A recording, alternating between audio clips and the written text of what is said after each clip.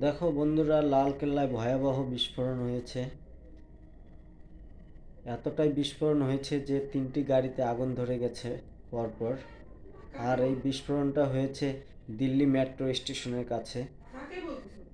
খুবই বীভৎস ঘটনা।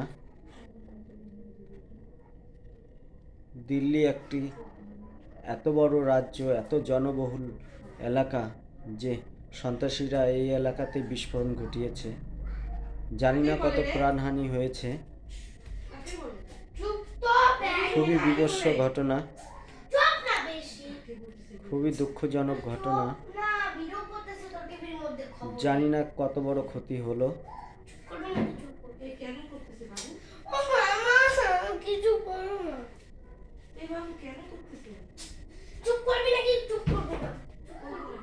এই বিস্ফোরণ এতটাই ছিল যে পরপর 3টি গাড়িতে আগুন ধরে যায় সঙ্গে সঙ্গে।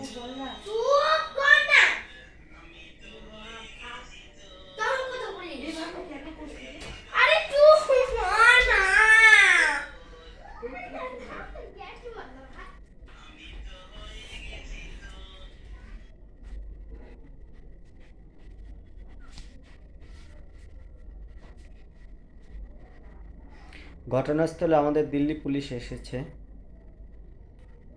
কিছুক্ষণ বাদে হয়তো বোঝা যাবে